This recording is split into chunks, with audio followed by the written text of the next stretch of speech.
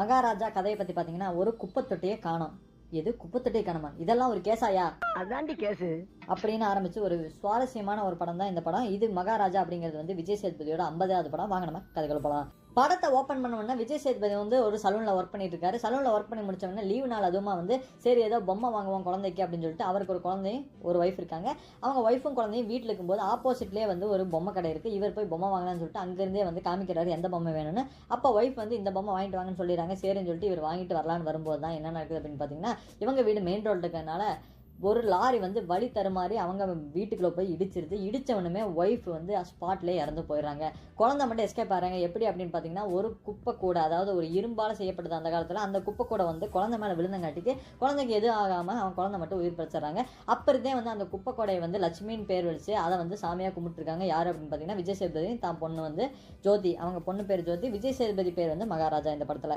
இப்போ வந்து ஸ்கூலில் ஒரு இன்சிடென்ட் நடக்குது. திடீர்னு பேரண்ட்ஸை கூப்பிட்டு வந்து உனக்கு இந்த பொண்ணுக்கு டிசி தரோம் அப்படின்னு சொல்லி பயங்கரமாக கத்துறாங்க. இந்த பொண்ணு வந்து ஏதோ ஜூஸில் கலக்கி ஐஏஎஸ்க்கு தந்துருச்சு அப்படின்ட்டு ஒரு ஃபங்க்ஷனில் அப்படின்னு சொல்லி பயங்கரமாக பிரின்சிபால் போட்டு கத்துன்னு கத்துறாரு. அப்போ தான் ஒரு பிடி மிஸ் வந்து இந்த பொண்ணுக்கு பயங்கர சப்போர்ட். அந்த பிடி மிஸ் வந்து நீங்கள் நல்லா விசாரிக்கல இருங்க அப்படின்னு சொல்லிட்டு அவங்க வந்து ஒரு பையனை கூப்பிட்டு வந்து இந்த பையன் தான் வந்து எல்லாத்தையும் பண்ணிக்கிறேன் அப்படிங்கிற மாதிரி சொல்ல, அப்போ வந்து நம்ம ஜோதி மேலே எந்த தப்பு இருந்திருக்காது. அப்போ ஓகே தப்பு இல்லையா, அப்போ விடுங்க அப்படின்னு சொல்லிட்டு சரி போங்க நீங்கள் போகலாம், ஆனால் எப்பயாவது மாட்டினீங்கன்னா அவ்வளோதான் டிசி தான் அப்படிங்கிற மாதிரி மிரட்டி அனுப்பிடுறாங்க. அப்போ விஜய் சேதுபதி இருக்கிற மகாராஜா அவர் வந்து ஒத்துக்கவே மாட்டேங்கிறாரு.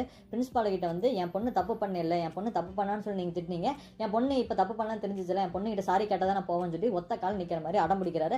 அப்போ மொத்தமாக எல்லா செக்யூரிட்டி கூப்பிட்டு அடிச்சு வெளியே அனுப்பலாம் அப்படிங்கிறாங்க. இவர் வந்து நகரவே மாட்டேங்கிறாரு. மன்னிப்பு கேட்டால் தான் நான் கிளம்புவேன்னு. அப்போ அவங்க பொண்ணே வந்து சார் நீங்கள் வந்து என்கிட்ட மன்னிப்பு கேட்டுருங்க சார், இல்லாட்டி எங்கள் அப்பா வந்து விட மாட்டார் அப்படிங்கிற மாதிரி சொல்ல, சரி அவனுக்கு பிரின்சிபாலுக்கு வேறு வழியே இல்லாமல் என்ன மன்னிச்சிருமா அப்படின்னு சொன்னோன்னே ஓகே தேங்க்யூ அப்படிங்கிற மாதிரி அதுக்கப்புறம் தான் வந்து விஜய் சேதுபதி போகிறார். அவ்வளோ அடமட்டான கேரக்டர், தான் பொண்ணுக்கு என்ன வேணால் பண்ணக்கூடிய கேரக்டர் தான் நம்ம விஜய் சேதுபதி ஆளு.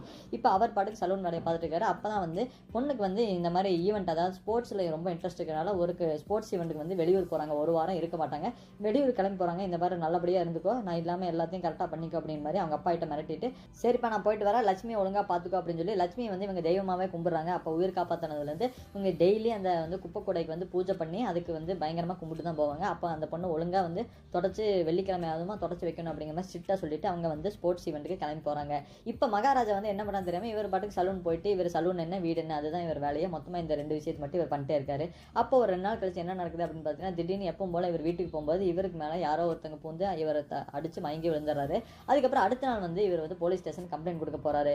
போலீஸ்காரங்க என்னையா தொலைஞ்சிருச்சு, ஏதாவது தொலைஞ்சிருச்சா அப்படின்னு சொன்னோன்னே ஆமா சார் தொலைஞ்சிருச்சு அப்படின்னு சொல்லிட்டு இவர் மொத்த விஷயத்தையும் சொல்றாரு. இந்த மாதிரி வந்து என் பேர் மகாராஜா, நான் வந்து சலூனில் ஒர்க் பண்ணுறேன், நான் நைட்டு வந்து வீட்டுக்கு வந்தவொடனே அந்த சாவியை போட்டுட்டு வந்து நான் எல்லா ட்ரெஸ்ஸையும் வந்து கழட்டி வச்சுட்டு வேறு வேலை பார்க்கலாம் அப்படிங்கிற மாதிரி இருக்கும்போது தான் வந்து 3 திருடங்க உள்ளே இருந்தது எனக்கு தெரியவே இல்லை. அந்த 3 திருடங்க வந்து என்னை அடிச்சு போட்டுட்டு லட்சுமியை எடுத்துகிட்டு போயிட்டாங்க அப்படிங்கிற மாதிரி இவர் சொல்ல, லட்சுமியா எங்கே ஃபோட்டோ காமின்னு சொன்னோன்னே இவர் வந்து ஒரு டஸ்ட்பினை காமிப்பார். அவங்க பயங்கரமாக டென்ஷன் ஆயிடுவாங்க. ஏன் இந்த 300 ரூபா டஸ்ட்பினுக்கு தான் இந்த அட்டோடைய பண்ணிட்டு இருந்தியா, எஃப்ஐஆர்லாம் போட முடியாது கிளம்பு அப்படின்னு சொன்னோன்னே இல்லை என் லட்சுமி வந்து என் பொண்ணு உயிரை காப்பாச்சு, அதனால் அது இல்லாமல் நான் எங்கேயும் போகவே மாட்டேன், எனக்கு லட்சுமி வேண்டும் அப்படிங்கிற மாதிரி ஸ்ட்ரிக்டாக நின்றுறாரு. செம்ம டென்ஷன் ஆயிடுறாங்க அங்கே இருக்கிற போலீஸ்காரங்க.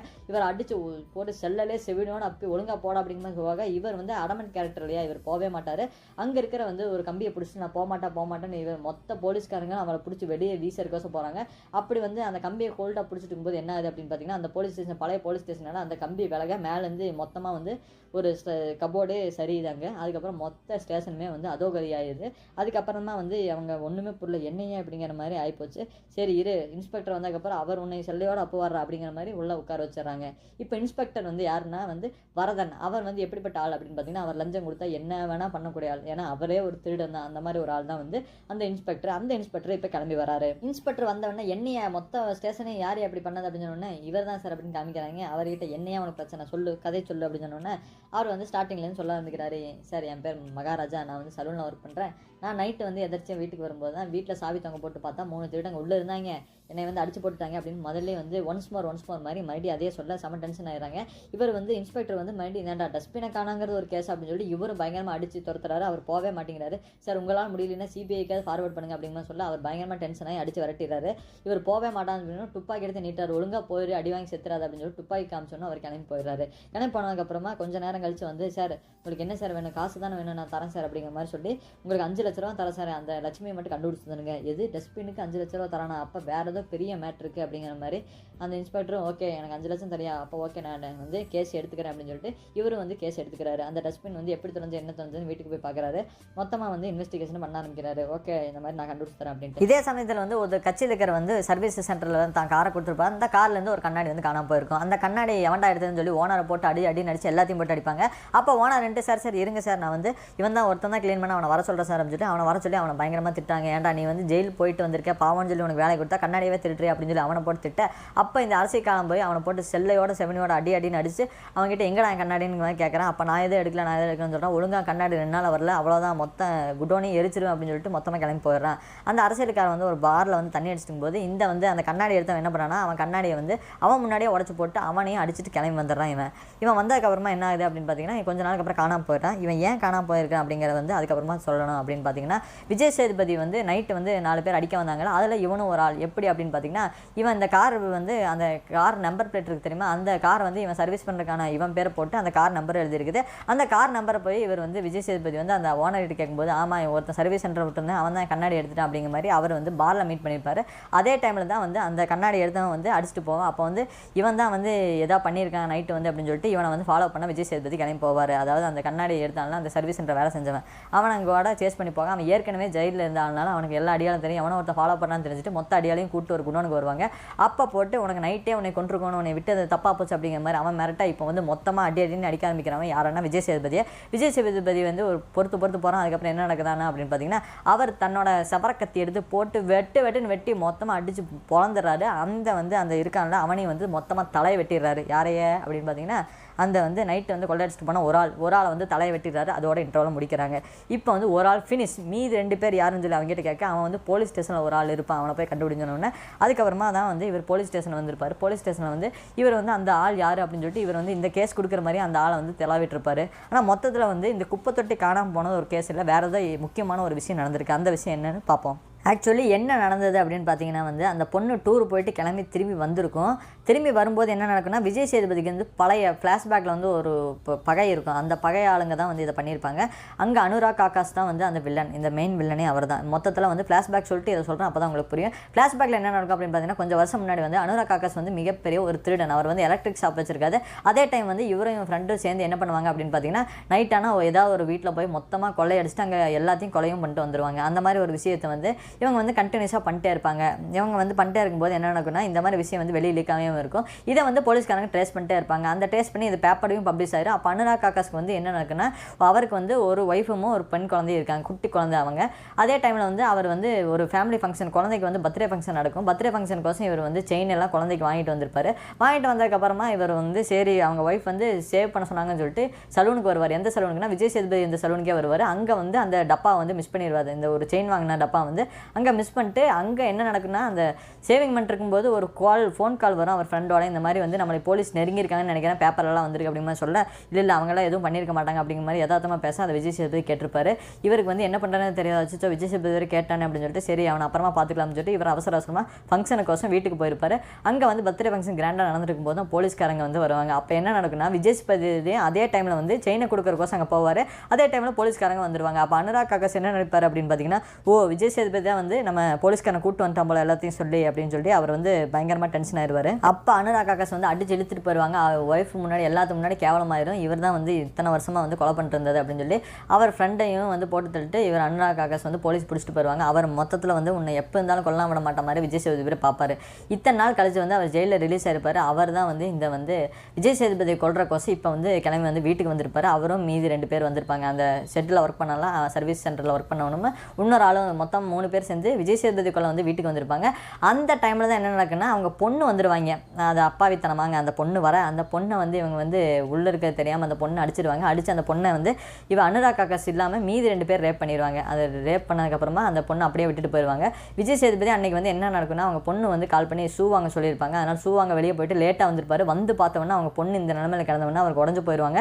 அவர் ஹாஸ்பிட்டலில் சேர்த்துட்டு அதுக்கப்புறம் தான் வந்து தெரிய வந்தது என்ன அப்படின்னு பார்த்தீங்கன்னா, வந்து பொண்ணு வந்து இப்படி யாரோ பண்ணிட்டாங்க அப்படின்னா. அப்போ அந்த அந்த பொண்ணு வந்து என்ன சொல்லணும்னா, நீங்கள் வந்து எப்படியாவது எனக்கோசம் வந்து என்னை எந்த நிலைமைக்கு ஆக்கினவன்கிட்ட வந்து என்னை கூட்டு போகணும், நான் அவனை வந்து கேட்கணும் ஒரு கேள்வி அப்படிங்கிற மாதிரி இந்த பொண்ணு சொல்ல, சரி இவருக்கு வந்து பொண்ணு விஷயமா போக்க வேணாம் அப்படின்னு சொல்லிட்டு இவர் குப்பத்தட்டையை காணும் அப்படின்னு சொல்லி போலீஸ்காரங்கிட்ட கம்ப்ளைண்ட் கொடுப்பாங்க. அது ஏன் கம்ப்ளைண்ட் கொடுக்க போகிறாரு அப்படின்னு பார்த்தீங்கன்னா, அந்த சர்வீஸ் சென்டர் ஒரு ஆள் சாகும்போது என்ன சொல்லியிருப்பாங்கன்னா, நாங்கள் 3 பேர் இருந்தோம்ல, அதில் ஒரு ஆள் வந்து போலீஸ் ஸ்டேஷனில் சம்மந்தப்பட்டவன், முடிஞ்சா போய் கண்டுவிட்றா அப்படிங்கிற மாதிரி சொல்கிறேன்.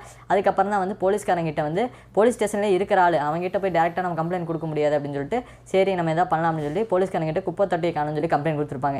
இதெல்லாம் விசாரிச்சுட்டு நம்ம வந்து வரதன் என்ன பண்ணுவார் அப்படின்னு பார்த்தீங்கன்னா, அவர் இன்ஸ்பெக்டர் வந்து சரி இவங்ககிட்ட ஒரு 5 லட்சம் வாங்கிடலாம் அப்படின்னு சொல்லிட்டு 5 லட்சத்துக்கு கூட்டி 7 லட்சமாக வாங்கலாம் அப்படின்னு சொல்லிட்டு 7 லட்சம் உனக்கு வந்து குப்பை கூட வந்தால் ஓகே தானே அப்படின்னு சொல்லிட்டு ஒரு டம்மி குப்பை கூடையே ரெடி பண்ணிருப்பாங்க. அதே டைமில் என்ன நடக்கும் அப்படின்னு பார்த்தீங்கன்னா, அந்த சர்வீஸ் சென்டர் வந்து அவன் காணாமல் போயிருப்பான்ல, அவன் காணாமல் போயிட்டான் அப்படின்னு சொல்லி ஒரு கேஸ் கொடுத்துருப்பாங்க. அந்த கேஸையும் ஒரு ஆங்கிளில் வந்து விசாரிச்சுட்டுருப்பாங்க.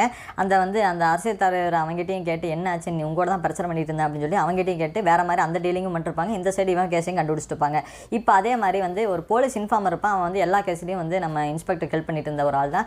அவர்கிட்ட வந்து ஹெல்ப் கேட்காரு இவர், இந்த மாதிரி வந்து ஒரு குப்பை கூட செய்யணுப்பா, அந்த இரும்பு குப்பை கூட பழைய காலத்தில் செஞ்சது இப்போ இல்லை, அதனால் வந்து அதை எப்படியா ரெடி பண்ணு அப்படின்னு சொல்லிட்டு அவங்ககிட்ட கேட்குறாரு ஹெல்ப். அப்போ வந்து அவன் ஓகே சார் அப்படின்னு சொல்லிட்டு அவனும் வேலையை பார்த்து அந்த குப்பை கூடையும் ஒரு வழியாக ரெடி பண்ணி தரான். ரெடி பண்ணி தரும்போது தான் வந்து குப்பை திருடுறவனுக்கு வந்து சரி குப்பை கூட திருடிட்டேன்னு சொல்லி என் மேலே கேஸெல்லாம் போட்டால் எனக்கு அசிங்க சார் அப்படின்னு சொல்லி அந்த கேஸை எடுத்துக்க யாருமே வர மாட்டேங்கிறாங்க. ஏன்னா வந்து இது டூப்ளிகேட் கேஸ் இல்லை, யாராவது இவங்க 3 பேர் தான் திருடினாங்க அப்படின்னு சொல்லிட்டு அந்த 7 லட்சத்தை வாங்கிக்கலாம்னு சொல்லி இன்ஸ்பெக்டர் வந்து ஆள் பிடிச்சிட்டுப்பாரு.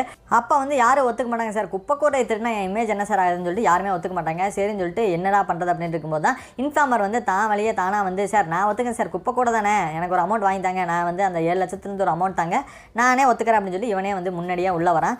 இவன் என்ன உள்ளே வரான் அப்படின்னு பார்த்தீங்கன்னா, அந்த 3 பேர் ரேப் பண்ணாங்கல்ல அந்த பொண்ணை, அந்த 3 பேர்த்தில் இவன் ஒரு ஆள், இந்த இன்ஃபார்மரும் ஒரு ஆள் தான். அதனால் வந்து இவன் தெரியாமே உள்ளே போய் ஜாயின்ட் ஆயிடுறான். இவன் உள்ளே போய் ஜாயின்ட் ஆனவொடனே சரி ஓகே என்ன இன்சிடென்ட் நடந்ததுன்னு அவன் வாயாலேயே சொல்ல வைக்கிறேன் அப்படின்னு சொல்லிட்டு மகாராஜாவுக்கு ஃபோனை போட்டு இந்த மாதிரி வந்து ஏப்பா என்ன நடந்ததுன்னு சொல்லு அப்படின்னு சொன்னோன்னே அவன் மொத்த கதையும் சொன்னோன்னே இவன் வந்து ரிலேட் பண்ணிக்கிறான். அந்த பொண்ணை வந்து இவங்க ரேப் பண்ணியிருந்தாங்கல்ல, அந்த பொண்ணை வந்து இவன் வந்து மகாராஜா வந்து என்ன இப்படி பண்ணாங்க அப்படிங்கிற மாதிரி இவன் வந்து சொல்லிட்டு இருக்கும்போது அப்போ தான் இன்ஃபார்மருக்கு வந்து ஒரு பொறி தட்டும், அச்சச்சோ இவன் வந்து நம்ம தான் இவன் வீட்டுக்கு போய் அந்த பொண்ணை ரேப் பண்ணமே அப்படிங்கிற மாதிரி ஒரு இன்ஃபார்மர் வந்து அந்த பொறி தட்டினங்க அப்புறம் அவன் வந்து சமாளிக்க ஆரம்பிப்பான் இன்ஸ்பெக்டர் கிட்ட. சரி இது வேணா வேறு யாரோ ஒத்துக்க வைக்கிறீங்களா அப்படின்னு சொன்னோன்னா இன்ஸ்பெக்டர் டென்ஷன் ஆயிடுவான், ஒழுங்காக ஒத்துக்க இல்லைன்னா அவ்வளோதான் அப்படிங்கிற மாதிரி. அடுத்த நாள் வந்து அவங்ககிட்ட அந்த குப்பை கோடையோட அந்த இன்ஃபார்மரையும் கூப்பிட்டு வந்து விஜய் சேதுபதி மகாராஜாவை மீட் பண்ண வந்து அவன் வீட்டுக்கே போவாங்க. வீட்டுக்கு போய் நீ வந்து இந்த மாதிரி ஆக்டிங் பண்ணி காமிப்பா, எப்படி நீ அவன் வந்து பண்ணன்னு சொன்னோன்னே அவன் ஒன்று ஆக்டிங் பண்ணி காமிக்கிறான். கரெக்டாக ஒவ்வொரு ரூமுக்குள்ளே போகிறனால வந்து விஜய் சேதுபதிக்கு வந்து ஒரு டவுட் வருது, ஓஹோ இவன் தான் நம்ம பொண்ணை இது பண்ணானா அப்படின்னு சொல்லிட்டு இவனுக்கு ஒரு டவுட் வர ஆரம்பிக்குது. அந்த பொண்ணு என்ன சொல்லியிருக்கான் அப்படின்னு பார்த்தீங்கன்னா, அவன் முதுகில் வந்து ஒரு காய் மாதிரி ஒரு தழும்பு இருக்கும் அப்படிங்கிற மாதிரி சொல்ல, அது வந்து மொத்தமாக புடச்சிருக்கும் அப்படிங்கிற மாதிரி சொல்கிறாங்க. அப்போ வந்து விஜய் சேதுபதி தொட்டு பார்க்க இவன் முதுகு பின்னாடி இருக்குது, அந்த இன்ஃபார்மர் முதுகு பின்னாடி. இவன் பயங்கரமாக டென்ஷன் ஆயிடுறான். அப்போ இன்ஸ்பெக்டர் வந்து என்ன சொல்கிறான், சரி இப்போ குப்பை கூட தேடிட்டான்ல என்ன பண்ணலாம் இவனை அப்படின்னு சொன்னோன்னே சரி இவனை மன்னிச்சு விட்டுருங்க அப்படிங்கிற மாதிரி சொல்லிடுறாங்க.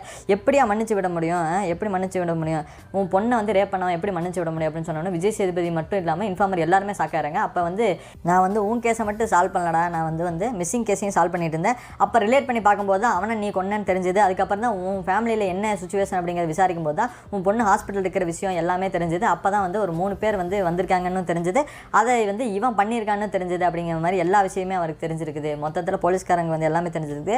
அதனால் வந்து நீ இவனை வந்து போட்டு தள்ளிடு அப்படின்னு சொல்லி ஒரு கத்தி எடுத்து விஜய் சேதுபதியே கொடுத்துட்டு நீ இவனை கொண்டுறா அப்படின்னு சொல்லிட்டு ரூமையும் லாக் பண்ணிட்டு விஜய் சேதுபதி கத்தி கொடுத்துட்டு போயிடறாங்க. இந்த இன்ஃபார்மரே அவன் வந்து கொண்டுறான் விஜய் சேதுபதி. இப்போ மெயின் வில்லன் யாருன்னு வந்து போலீஸ்காரங்க கண்டுபிடிச்சிருப்பாங்க மொத்தமாக இன்வெஸ்டிகேஷன் பண்ணி. அந்த மெயின் வில்லன் யார் அப்படின்னு பார்த்தீங்கன்னா அனுராக் ஆகாஷ் தான் மெயின் வில்லனாக இருப்பான். அவன் வந்து ஒரு இடத்துல இருப்பான். அந்த இடத்துக்கு போய் அவனை வந்து எங்கடா அவன் வர சொல்ல அப்படின்னு சொன்னோன்னா அனுராக் ஆகாஷ் அப்போ தான் வருவார். வந்தவொடனே விஜய் சேதுபதி போட்டு அடின்னு அடிச்சு உன்னாலாம் வாழ்க்கையாக போச்சு அப்படின்னு சொல்லி அடின்னு அடிப்பார். அடிச்சதுக்கு அப்புறமா தான் நீயா இந்த வேலையை பண்ண என்ன தெரியுமா அப்படிங்கிற மாதிரி அடின்னு அடிக்க. அதே டைமில் வந்து விஜய் சேதுபதி வந்து சொல்ல வரதை கேட்காம அனுராக் ஆகாஷ் அடிக்க விஜய் சேதுபதி அதுக்கப்புறம் போட்டு அனுராக் ஆகாஷ் அடித்து வாயெல்லாம் உடைச்சிருவார். இதெல்லாம் எதுக்கு இவர் பண்ணார்னா இவங்க விஜய் சேதுபதியோட பொண்ணு ஜோதி வந்து கேட்டிருப்பாங்க, அவன் என்னை இப்படி பண்ண ஆளை நான் பார்த்தே ஆகணும்னு. அதனால் வந்து விஜய் சேதுபதி அவனை வந்து கூப்பிட்டு வர சொல்லியிருப்பாங்க. அப்போ மீட் பண்ணும்போது தான் வந்து விஜய் சேதுபதி இல்லை நீ அவரை பார்க்காத நீ போ அப்படின்னு சொல்லி இக்கு போட்டு பேசுவார். என்னதா அப்படின்னு சொல்லி இல்லை நான் போய் பேசிட்டு வரேன், உன்ன மாதிரி ஒரு ஆளை நான் பார்த்துக்கவே கூடாதுன்னு நினச்சேன். இனியெல்லாம் இப்படி பண்ணுறனால நான் வீக்காயிருவேன்னு நினைக்காத. நான் வந்து பொண்ணுங்க வந்து எத்தனையோ இந்த மாதிரி கீழ்த்தனமான ஆளுங்களை பார்த்து தான் நாங்கள் வளர்கிறோம், நாங்கள் வந்து இதுக்கு மேலேயும் நாங்கள் வந்து தைரியமாக தான் இருப்போம் அப்படின்னு சொல்லி தில்லாக பேசிட்டு அந்த பொண்ணு வந்து வந்துடுது. ஆனால் விஜய் சேதுபதி ஏன் பார்க்க வேணான்னு சொன்னார் அப்படின்னு பார்த்தீங்கன்னா சின்ன வயசில் ஒரு ஆக்சிடென்ட் நடந்தது தெரியுமா, அந்த ஆக்சிடென்ட்டில் வந்து இவரோட குழந்தையும் இறந்து போயிருக்கும். அதாவது என்ன நடந்தது அப்படின்னு பார்த்தீங்கன்னா, அனுராக் ஆகாஷ் செயின் வந்து இவர்கிட்ட இருக்கு தெரியுமா, அந்த செயினை வந்து திருப்பி கொடுக்குது. அந்த இடத்துக்கு போயிருப்பார் மறுபடியும் வந்து. அந்த இடத்துக்கு போகும்போது அனுராக் ஆகாஷ் ஒய்ஃப் வந்து இல்லை இந்த செயின் நீங்களே கொண்டு போயிருங்க, என் குழந்தைக்கு அது போட வேணாம்னு சொல்லியிருப்பாங்க. அப்போ தான் வந்து விஜய் சேதுபதி ஒய்ஃபும் அனுராக் ஆகாஷ் ஒய்ஃபும் பேசிட்டு இருக்கும்போது இவர் பொம்மை வாங்கலாம், அனுராக் ஆகாஷ் பொண்ணுக்கு பொம்மை வாங்கலான்னு போயிருப்பார் வெளியே. அப்போ தான் அந்த ஆக்சிடென்ட் வந்து மொத்தமாக இவர் பொண்ணு இவர் ஒய்ஃபு அனுராக் ஆகாஷ் ஒய்ஃப் இறந்துருவாங்க. அனுராக் ஆகாஷோட பொண்ணு மட்டும்தான் அங்கே உயிரோடு இருப்பாங்க. அந்த பொண்ணு தான் எடுத்துகிட்டு வந்து இவர் வளர்த்துட்டு இருப்பார். அந்த பொண்ணையே வந்து நீ இப்படி நாசம் பண்ணிட்டே அப்படிங்கிற மாதிரி தான் விஜய் சேதுபதி வந்து பயங்கரமாக டென்ஷன் ஆயிடுவார். இதை வந்து அனுராக் ஆகாஷ் வந்து எப்படி புரிஞ்சிருப்பாருன்னா, அந்த பொண்ணு வந்து இந்த செயினுக்கோசம் தான் வந்தா அப்படின்னு சொல்லிட்டு அந்த பொண்ணு தூக்கி போட்டு போகுவான். அப்போ தான் வந்து ஓ என் குழந்தையா இது அப்படின்னு சொல்லி விஜய் சேதுபதிகிட்ட கதறவார். என் குழந்தையவா நான் இப்படி பண்ணிட்டேன் சொல்லுன்னு சொன்னவொடனே உன் குழந்தை இருந்தா இப்போ என் குழந்தை தான், உன் குழந்தை கிடையாது அப்படின்னு சொல்லிட்டு அவன் வந்து தூக்கி போட்டு போயிடுவான். இவருக்கு வந்து என்ன பண்ணுறதுனே தெரியாது. அனுராக் ஆகாஷ் என் பொண்ணையவா நான் இப்படி பண்ணேன் அவங்களோட சேர்ந்துட்டு அப்படின்னு சொல்லிட்டு பயங்கரமாக கதறி அழுவார். அது மட்டும் இல்லாமல் இவர் வந்து மேலேருந்து தற்கொலை பண்ணி இறந்தும் போயிடுவார். மொத்தத்தில் வந்து விஜய் சேதுபதி பொண்ணுக்கு வந்து இந்த விஷயம் தெரியாமையே விஜய் சேதுபதி தான் அப்பா அப்படிங்கிற மாதிரி தெரியும். மொத்தத்தில் அவங்க பொண்ணு கேட்ட விஷயத்தை விஜய் சேதுபதி பண்ணிட்டு இப்போ மொத்தமாக வந்து கிளம்பி போகிறாங்க. இதோட இந்த படத்தை முடிக்கிறாங்க. இந்த படம் உங்களுக்கு எப்படி இருந்துச்சுன்னு வந்து கமெண்ட் பண்ணுங்கள். எனக்கு ரொம்ப சூப்பராக இருந்தது. பை.